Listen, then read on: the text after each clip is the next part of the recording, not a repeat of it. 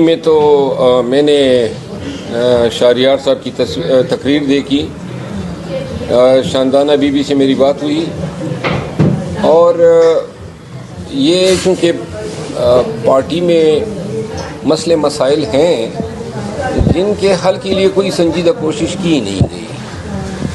علی محمد خان، اسد قیصر، شہریار افریدی، شاندانہ گلزار، درتاج گل، عامر ڈوگر، محبوب سلطان، شبیر قریشی، یہ لوگ پی ٹی آئی کا فیس ہے۔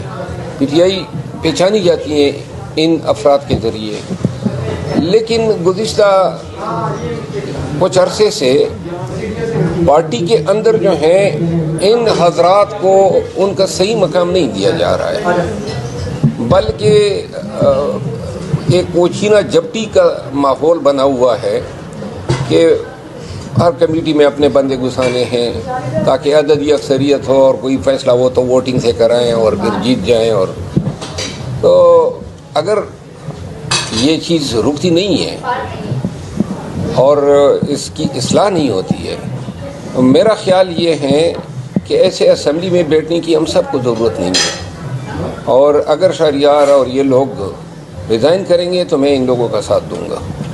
آپ کیا سمجھتے ہیں کہ یہ لوگ بار بار ہو رہے؟ اب ان کی یہ اوقات ہیں۔ میں لندن کی تنظیم نے مجھے انوائٹ کیا 23 تاریخ کے، کل نہیں پرسوں جو ایجیٹیشن ہے یہاں 10 ڈاؤننگ اسٹریٹ پہ، تو آج انہوں نے مجھے بتایا کہ جی پاکستان سے ہم پہ پریشر ہے کہ جی آپ نے ان کو انوائٹ کیا ہے۔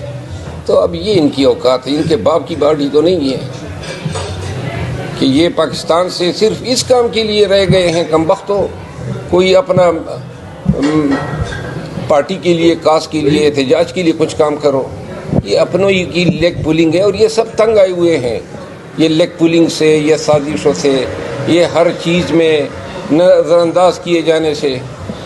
پارلیمان میں جتنے ایم این ایز ہیں 9 لگ بھگ، ان ایم این ایز کی بھی کوئی اوقات نہیں چھوڑی ہیں، کیونکہ کوئی فیصلہ پارلیمانی کمیٹی کا نہ سنا جاتا ہے نہ مانا جاتا ہے۔